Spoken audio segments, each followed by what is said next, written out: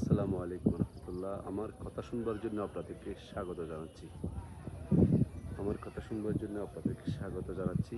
দেখাচ্ছি আপনাদেরকে এই বাংলাদেশের পার্বত্য চট্টগ্রামের আপনার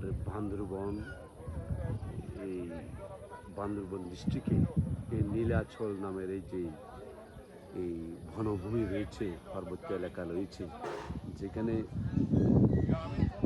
যেখানে একটা পর্যটন এলাকা হিসাবে এই সরকার প্রতিষ্ঠা করেছেন।